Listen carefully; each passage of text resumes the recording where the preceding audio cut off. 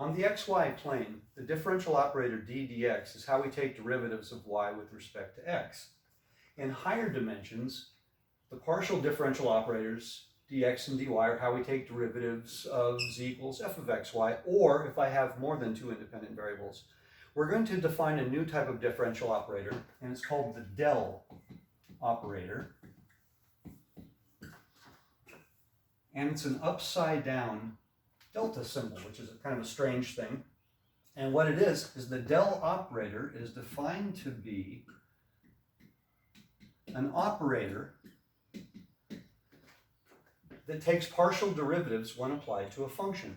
So if I said apply the del operator to the function f of x, y, we would then put a little vector hat on it and say that is the partial of f with respect to x, the partial of f with respect to y. So the del operator, when acting on a function, produces a vector of partial derivatives. This vector is called the gradient vector. Some of you may have heard that term before, so now we're going to see where this is actually used in calculation. Now let's consider a three-dimensional function, z equals x squared plus y squared. We know this is a circular paraboloid. So basically it looks like a parabola that's been rotated, and so I have circles parallel to the xy plane and parabolas elsewhere. So if I said, consider the following. The x-axis is coming out, and I just want to look at the picture. I want to look at the image on the xz plane.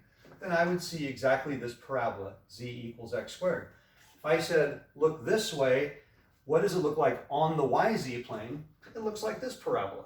So if I said, what is the slope of the tangent line on this plane? It'd simply be the partial derivative of z with respect to x, which is 2x. Here it'd be the partial of z with respect to y, which is 2y. That's a pretty simple notion. But imagine instead, I don't want the slope of the tangent line on the plane. I want the slope of the tangent line in 3 dimensions, since this thing moves this way. So what we have to consider is not just the slice in that direction, not just the slice in that direction, but the slice in any other direction. This is what is called a directional derivative. And a directional derivative would have to be a linear combination of these results. So let's just for now loosely say that if I wanted to go along some other direction, let's say I want to go this way, then my slope would have to be some constant multiple of this one plus some constant multiple of this one.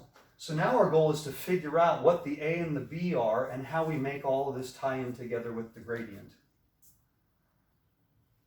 Now continuing with this problem here, if I said I want the slope in the direction AB, this actually has to be a unit vector, and I'll explain why we know that. Because we've already agreed that it's a linear combination of these partial derivatives, but if it turns out u is in the direction 1, 0, that means I'm actually on the xz plane, and I would get exactly this value.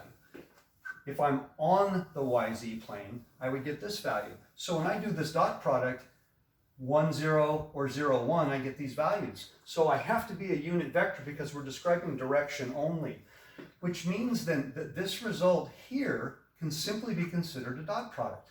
But a dot product of what? Well, very specifically, a dot product of 2x, 2y dotted with AB. Now 2x, 2y, if we go back to the original, that is the vector of partial derivatives. That means that this right here is the gradient of f dotted with the unit vector. And this is what we call a directional derivative.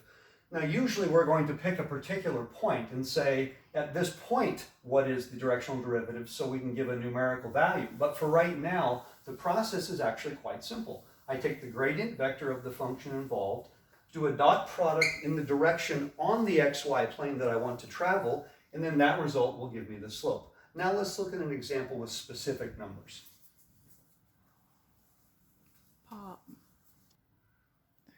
I want to climb a hill.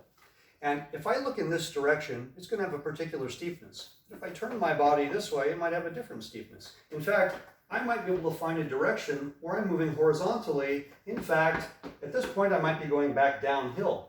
So if I said, what is the slope in 3 dimensions, that's a little bit tricky because it depends on what direction, since slope is entirely a 2-dimensional concept. So when I have a 3-dimensional surface, it doesn't matter if it's going this way or if it's going this way, I have to first pick my direction. That determines my slice. That gives me the two-dimensional shape that I can now take derivatives or partial derivatives of and then figure it out. So I want to be on the surface of my paraboloid here, my paraboloid that's going this way. And I want to go out to the point 4, 6 on the xy plane, which would now translate up to the z coordinate here, which would be simply 4 squared plus 6 squared. And I would like to know what is the slope in that direction on my surface. So I'm making a slice, I'm creating a two-dimensional shape, and I'm asking for that slope. That's called the directional derivative. So the first thing I need to do here is make a unit vector in the direction I'm going to go.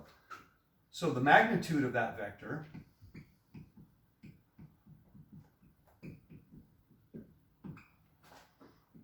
is just 5.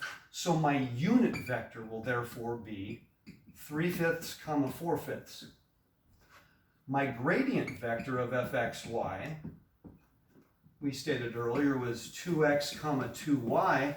I need the specific gradient vector when I input the point 4, 6. So I would like the gradient vector at 4, 6, which would simply be 8, 12. So finally, and the formal notation we use is like this. Big D, directional derivative, in the direction of u, of f of 4, 6. And that is the dot product of these two quantities right here, which would be 24/5 plus 48/5 or 72/5. 72/5 represents the slope now along that path. If I chose a different direction, notice, then I would get a different dot product. And in every case, that will tell me how to find the slope in 3 dimensions.